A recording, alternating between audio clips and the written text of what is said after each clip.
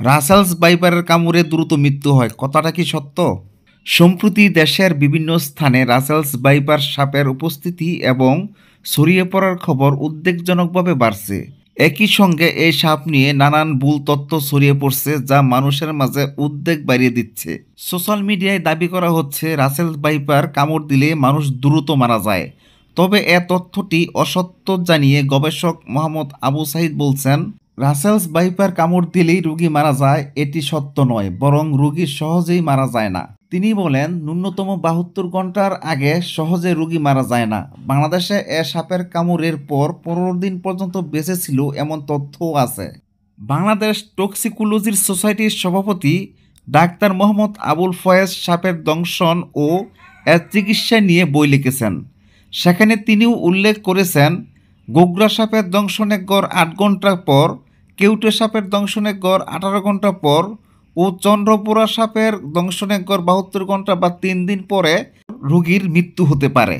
বেশিরভাগ ক্ষেত্রে এই সময়সীমার মধ্যে অ্যান্টিভেনাম প্রয়োগ করা জরুরি। এই চন্দ্রপুরা সাপটি হলো রাসেলস ভাইপার। সাপ নিয়ে কাজ করা বেসরকারি সংস্থা deep ecology and snake conservation foundation বলছে, দেশে যেসব সাপের সাবকিউটেনাস মিডিয়ান লিথ্যান ডোজ জানা তাদের মধ্যে এটা সপ্তম। তাই রাসেলস ভাইপার দেশের সবচেয়ে বিষধর বা সবচেয়ে প্রাণঘাতী সাপ নয়। মোহাম্মদ আবু সাইদ 2019 সালের প্রকাশিত Russell's viper of Bangladesh its boom and threat on human being শীর্ষক গবেষণা যৌথ গবেষকদের একজন। তার মতে এটি কোবরা কিংবা কেউটের চেয়ে কম প্রাণঘাতী, কিন্তু এই সাপের বিষ নানা ধরনের উপাদান বেশি, ফলে চিকিৎসায় বিলম্ব হলে বহুমাত্রিক জটিলতা তৈরি করে শরীরে। সেজন্য তখন তার অ্যান্টিভেনাম দিয়ে কাজ হয় না।